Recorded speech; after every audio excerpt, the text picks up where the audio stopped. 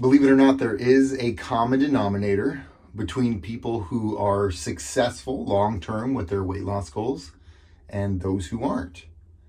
I've been a fitness coach for 17 years and I opened my gym almost 16 years ago. And I've personally coached thousands of clients and helped people lose thousands of pounds. And there is a similarity between those who make it happen and keep the results and those who don't. And that's what we're going to talk about today. Welcome back, everybody. Thanks for joining me. I'm here in my sauna. It's currently 10 degrees outside up here in northern Minnesota. It's November 29th. The low tonight is 1 degree. I'm talking Fahrenheit. And I think the high tomorrow is 15 degrees. So this is the time of year where we all pretty much settle in for the duration of the winter. It's not going to get any better for a long time. Winter up here typically lasts about 6 months, from November to April sometime. So if it's going to be an average winter, that's just what we're all in for. So we just start to deal with it. But the sauna is a place that I spend a lot of time in the winter, pretty much every day. It's where I do meditating, a lot of thinking, and it's just a nice warm place to contemplate. But this is something I've wanted to talk about for a long time, and it is the common denominator between people who are successful long-term with weight loss and people who aren't. I started this study back when I first became a fitness coach. And for those of you who don't know what a fitness coach is, let me break this down for you real quick. A personal trainer shows you how to exercise and how to eat. Whereas a fitness coach not only shows you how to exercise and how to eat, but also there's a little bit of life coaching built into that, as long as the life coaching pertains to things that would improve your likelihood of being successful with your fitness goals. So although a life coach might help you navigate relationships and career and family issues, a fitness coach will help you navigate exercise, nutrition, and then any way that would positively frame the world or your experience in a way that would contribute to your being successful long-term with your fitness goals. So from the beginning, I knew how grim the statistics were about how many people were successful with their weight loss goals. And even back then it was pretty grim, but it's even more grim now. If you had regular personal contact with 100 people who were overweight or obese, there is only a small chance of 3 of them ever losing enough weight to put them in a healthy body composition, statistically speaking.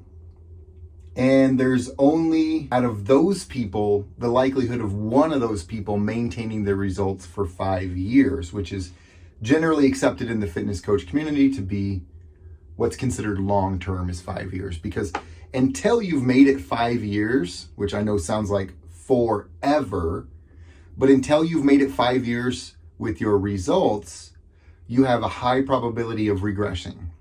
And not just regressing a little bit, regressing all the way and then some. And we can talk about in a later video maybe about the psychology of why that happens.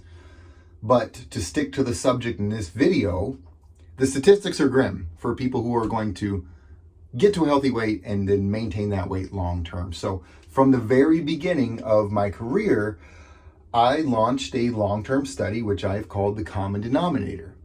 And what I would do was enter people's stats. I didn't ever keep track of names, but what I did keep track of: age, starting weight, gender, body type, whether that's ecto, meso, endomorph. I got a video on that if you want to check it out. Socioeconomic status, kids or no kids, race, although up here where I am, let's be honest, it was 97% Caucasian. Any other relative stat that would point me in the direction of if there was a single thing that would lead some to be successful long-term and some not to. And this is a very important conversation for the reason that if there was a glaring similarity between people who are successful and people who are not successful, that similarity should be shared. So we're going to talk about what I found, and as a fitness coach in 17 years, to be the single contributing factor to whether or not people are going to be successful long-term. And that is spousal support. Spousal support is the single biggest contributing factor as to whether or not somebody was going to be successful long-term or not. I could go down a rabbit hole as to why that is, but let me just break down a scenario to you. You are morbidly obese. You have been to the doctor. You have got your blood work done. You found out that you're sick, and you're going to get sicker if you keep going down the same road. And as you get sicker, you're going to be required to consume more medications, each of which has nasty downstream side effects that will ultimately make your symptoms better, but make your overall life worse, because the best thing to do is eat right and exercise and avoid all that stuff. So you've decided after a visit to your doctor that you need to lose some weight and gain some muscle, and that's going to be the best move you can make for your long-term health, and to set an example for everybody you care about that they can do the same to empower your community, if you will, or family. The very first day you hire a personal trainer. They show you how to work out, they give you a meal plan. You go home and there is a fresh pizza coming out of the oven. Now, you meal prepped and you've eaten according to your plan all day, and now there's this pizza sitting there. The chances of you not eating the pizza, like some sort of a psycho with superhuman willpower, is virtually non-existent. You're more than likely going to eat the pizza, but since you've hired a personal trainer and they're going to check your log the next day or wherever it might be, you've decided that this is the last time you're going to eat pizza for as long as it takes for you to lose weight. So if you're going to go out on your shield and you're going to eat the entire damn thing, and then when you get done with the pizza, you're going to look through the freezer in the pantry for anything else that might spark your interest, because you're going on a diet and you're locking down tomorrow, and this is it for you. This, unfortunately, is the scenario that most people are dealing with that are in a long-term relationship. One of the people is trying their damnedest to get healthy, and the other one is sabotaging them along the way. Whether that's intentional or not is another conversation, but it is, and it's happening to most people most of the time. Now, where a personal trainer stops and a fitness coach begins is I actually, as a fitness coach, teach you techniques on how to have the conversations with the spouse without causing any rifts or trauma, in order for you to be put into a circumstance that is better and more conducive to you being successful long-term with your weight loss goals. Now, over the years of coaching people, this has been the glaring thing. It's been one person is all in, on board, ready to go, and the other person is not. And if you have kids, it's even harder. So the first common denominator is spousal support, whether you have it or not, and the second is kids. And the reason for that is kids are often used as a scapegoat for the unsupportive spouse as to why they're not making changes. Oh, the kids are picky. Running around to sports gets hectic, so we stop at fast food, etc. Let me give you another scenario though. The same person goes to the doctor and comes back with bad news about their body composition and their overall health and decides to make the same changes. They go home and they tell their spouse that they're going to make some changes, and their spouse immediately gets on board.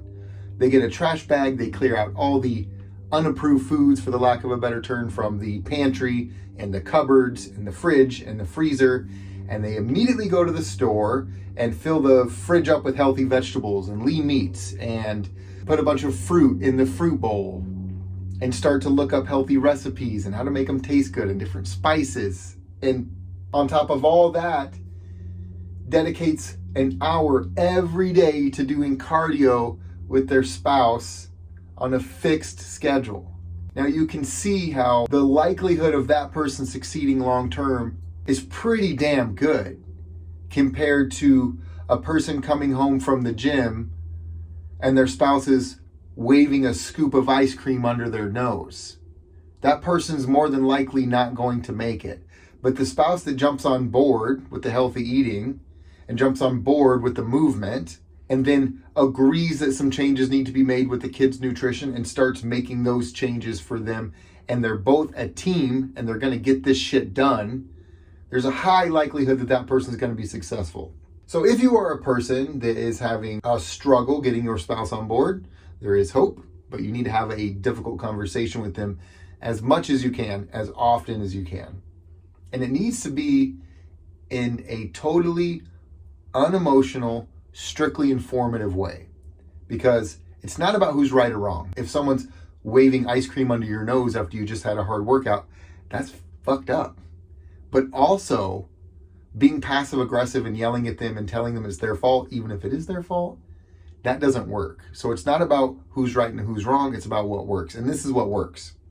The conversation goes as follows.